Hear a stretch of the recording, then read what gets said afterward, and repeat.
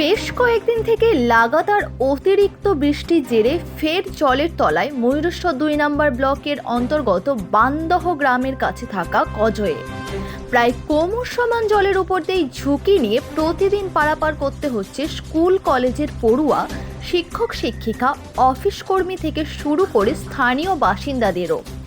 বাধ্য হয়ে কেউ মোটর বাইক ও সাইকেল নিয়ে জল পেরিয়ে যাচ্ছেন, আবার কেউ কাঁধে তুলে নিচ্ছেন সাইকেল।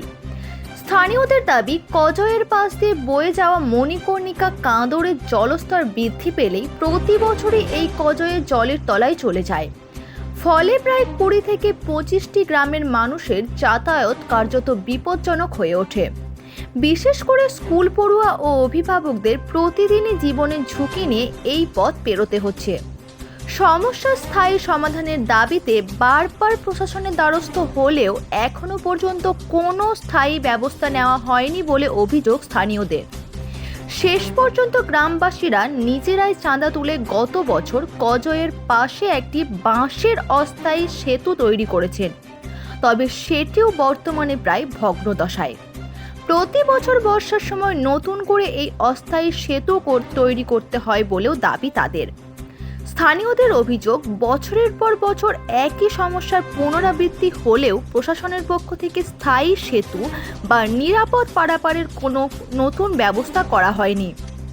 তাদের দাবি, দ্রুত কজয়ে স্থায়ী সমাধান করা হোক, যাতে বর্ষার সময় স্কুল পড়ুয়া থেকে সাধারণ মানুষকে আর জীবনের ঝুঁকি নিয়ে যাতায়াত করতে না হয়। এটা হচ্ছে এই সাইডে একটা আমাদের মণিকর্ণিকা বলে একটা হ্রদ, কাঁতার আছে আমাদের এখানে লোকাল ভাষাতে কাঁতার বলে, সেটার জল হচ্ছে এটা।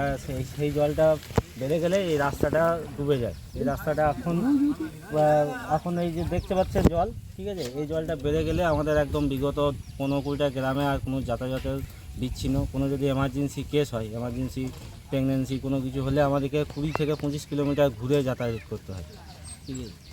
এই জল বেড়ে যাওয়ার ফলে আমরা প্রশাসনকে জানিয়েছি, তো এটা কোনো সমাধান হয় না। আমরা নিজের খরচাতে একটা সাইডে আমাদের করা আছে, সাইডে একটা পেরে পাওয়ার জন্য একটা বাঁশে মাচা করা আছে, সেটা প্রতি বছরই ভেঙে যায়। প্রতি বছর করা হয়, আমাদের নিজের চাঁদা তুলে, গ্রামের চাঁদা তুলে করা হয়, কিন্তু প্রতি বছর ভেঙে যায়। এতে প্রশাসনের কোনো রকম হেলদোল নেই, কোনো রকম কতবার জানানো হয়েছে, কোনো হেলদোল নেই।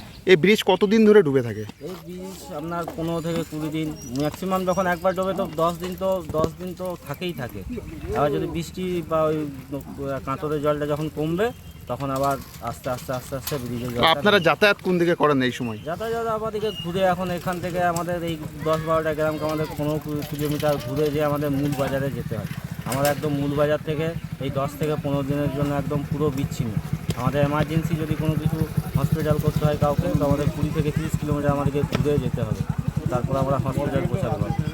এই যে স্কুল কলেজের বাচ্চারা এই সময় কিভাবে যাতায়াত করে? স্কুল কলেজের বাচ্চারা বাবা মা আসে, তাদেরকে কাঁধে করে, ঠিক আছে, পার করে দেয় কোনো রকমভাবে, এবং প্রতি সময় একবার পার করে দেয়, একবার নিয়ে যায় কাঁধে করে।